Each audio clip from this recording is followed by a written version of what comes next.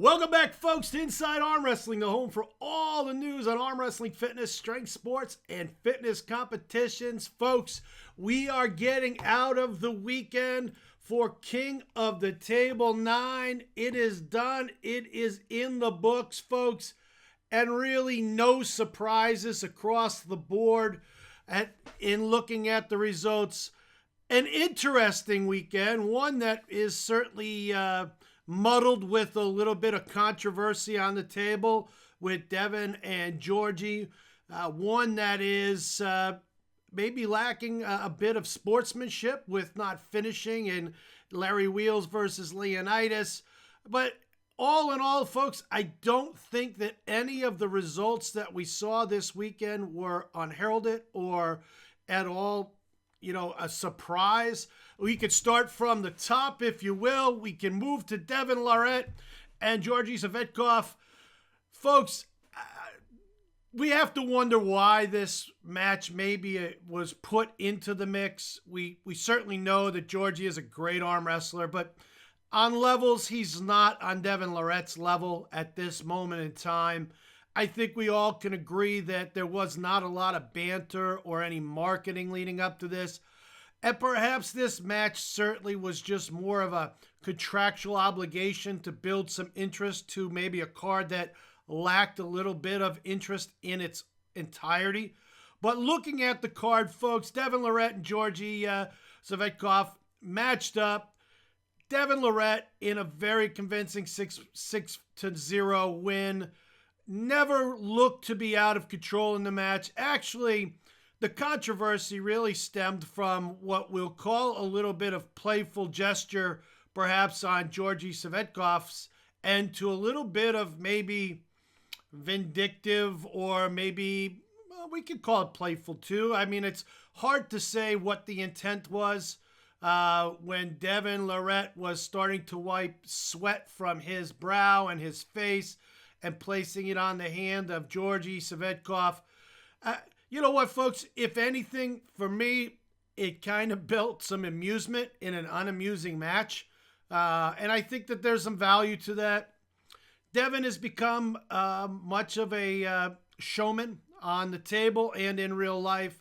It's hard to deny that a lot of his success is multiplied or magnified by this surge of social media presence on his behalf.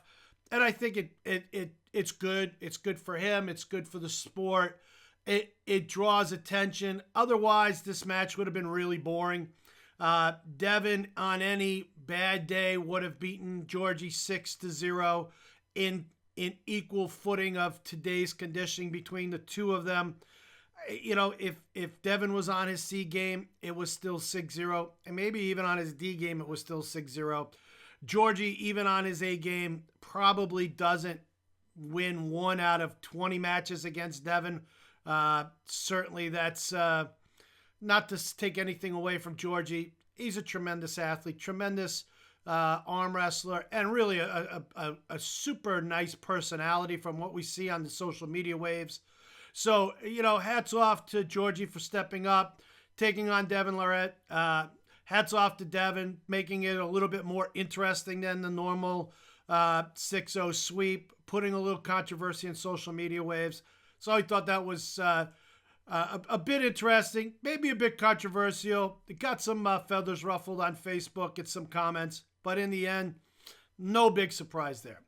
Moving on to Hermes, Gasperini, and Vitali Laitland.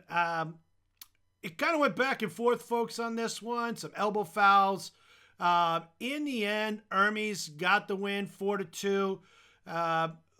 Vitali looked to top roll and gained an early advantage. After that initial success, it was all Hermes, which makes you wonder. I know he was battling an injury. It begs the question, is Hermes back to 100%? Is he 90%? What percent of health and wellness was Hermes versus a Vitali? I think what it does show, though, folks, is that Hermes is still on a lower level than Devin. I know that a lot of people, especially Middle Eastern fans, and I'll call Eastern European fans, Middle Eastern fans, European, Asia in a whole, like to place a larger value on some of the European pullers. But I don't know that anybody right now across the board is on any level of a Devon Larratt. And folks, to be honest with you, with the superiority and just the table IQ, it's hard to deny that Devin isn't, in the conversation as the greatest of all times at this point, maybe the strongest arm wrestler of all time, eclipsing some of the giants like Scott Norton.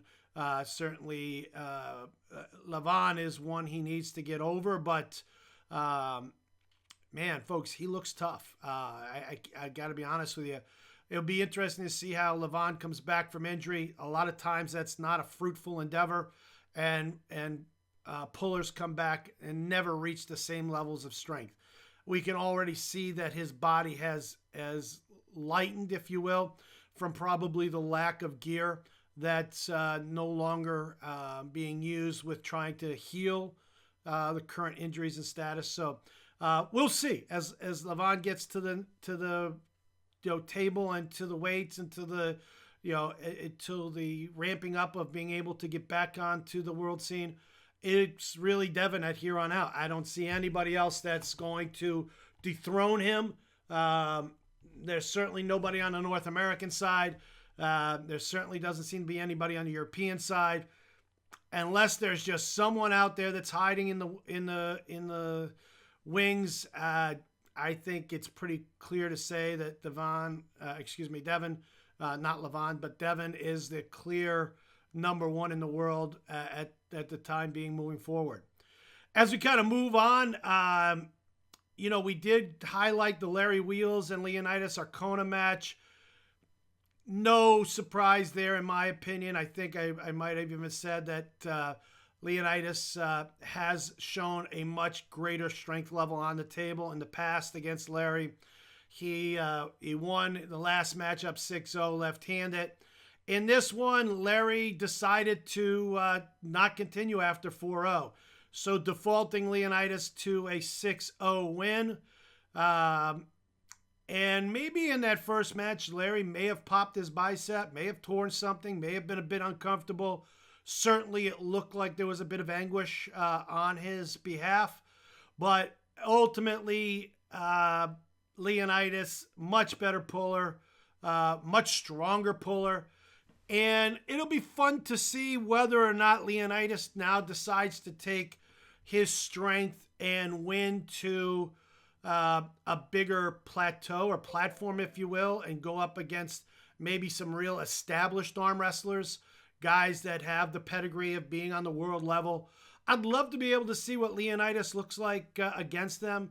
And certainly I'd love to hear your comments on that. Do you think Leonidas is someone that can arm wrestle on the world elite level? Could he potentially give a Todd Hutchings a run for his money? Or is he just really on that second B level of international athletes pulling maybe more social media than arm wrestling media? Let us know your thoughts. I kind of like the guy, to be honest with you. He is a strong guy. He certainly is someone that's been formidable on the table. And I think it kind of puts maybe into perspective the levels of this game and showing where some social media personalities rest or lie in the genre of arm wrestling. And Larry, I'm sure, will be back. I can't imagine that Larry is at 100% on the arm wrestling table after coming off of the Olympia and the classic physique show that he came in second at the Olympia on. I'm sure that took a lot out of his body. It's hard to be a bodybuilder and couple that with arm wrestling. The two don't coincide very well. And dieting is always a hard thing to do. You definitely lose some strength and endurance when you diet, and it takes time to come back. I mean, we're only looking, folks, at maybe a month and a half since the Olympia, if that. So kudos to Larry. I mean, I like Larry. He's such a super nice guy. I just don't know if he really is on the world elite level, but he does presents someone that people want to see, and that sells pay-per-views, and that's good for the sport. So we hope Larry is okay after that match and certainly comes back stronger. In the last match that we highlighted, Nissa Caden and Sarah Collins. Folks, Nissa made short work of Sarah, and being a friend of Sarah's, I hated to see that. But Nissa is a different level of arm wrestling. And we've talked about this a little bit in conversation now in a couple of Inside Arm Wrestling episodes. North American arm wrestlers are not exposed to the level of talent and depth that European women arm wrestlers are. It tends to create an unlevel playing field. And unfortunately, I think we're being exposed for that at this point. Nissa, a world champion, had no problems at all controlling the matches. Matter of fact, in one match, she was gracious enough to restart with Sarah, who was called for a slip in a losing position. Nissa, as a sportsman, suggested that they pull again in the strap. Of course, she won. And folks, for those out there, I think that the learning curve that Sarah now brings back and can bestow upon a lot of the U.S. and North American arm wrestlers is that there are levels, and we say that there are levels to the sport. And hopefully Sarah can now take what she felt over there in Dubai and turn it into a winning equation to get better and bigger on the arm wrestling table. So Sarah, congratulations on getting chosen. Congratulations on going over and representing. You did amazing. Nissa, congratulations on your win. You are a formidable arm wrestler beyond a doubt. And we certainly are anxious to see who is in your sights in the future. So folks, always leave some comments. If you thought that some of the matches may not have been what you thought they were, or you thought that this was kind of